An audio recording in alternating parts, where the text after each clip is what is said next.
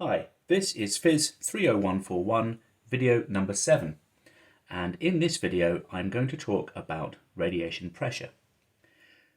Now, we already saw that an electromagnetic wave has an energy density which is given by the effect of the electric fields and the magnetic fields which compose that plane wave. And here we consider some region of space, some volume, which I will denote V. And within it, I assume I have a plane wave which is moving in one particular direction.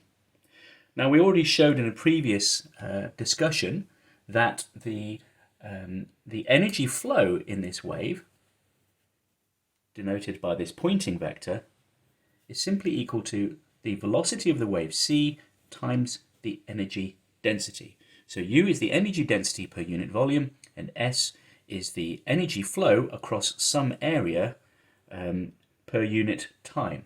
So we imagine this area at the end of this volume, which I will give an area A. I shall denote it A. And we want to think about the individual photons which are moving within this volume V. So we know that light is composed of photons, and we know that for any rapidly moving object, we can relate the energy contained in those individual objects to a term which is determined by their momentum p, and another term which is based on the rest mass of those objects. Now, we know that photons have no rest mass. Therefore, we know that the energy and the momentum are related by this equation. So if I have a volume of space V that contains a certain number of photons E, then it will have an amount of momentum P simply equal to E divided by C. So let's think about those individual photons. So I shall draw a few photons to indicate that they're moving to the right, and I wonder what momentum they will impart to this area A as they cross it. So for a certain energy density U, I can relate that energy density U to some momentum density. So I'll describe that as the magnitude of the momentum density. So this P value here with a subscript A is meant to be the momentum density of those photons. And that's related to the energy density by this simple equation. And we saw over here that we can relate the energy density to the pointing vector. So now we can relate the momentum density to the pointing vector. So if I have this momentum density, what I'm saying is I have a collection of photons, all of which are crossing this area A. So the total momentum transferred in a unit time delta t is just the total momentum transfer, pt, is going to be equal to pa, where this is the momentum. I'm assuming that the photons are traveling all through A normally.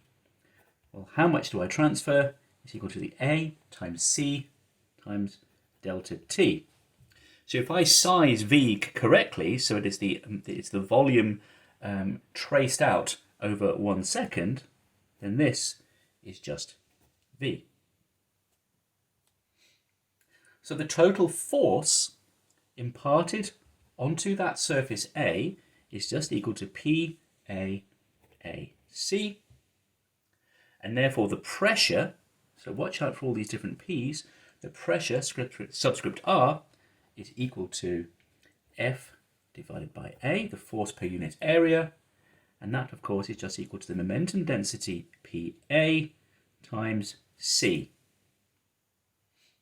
And we see therefore that from our consideration above about what the definition of momentum density was, that is just equal to the energy density.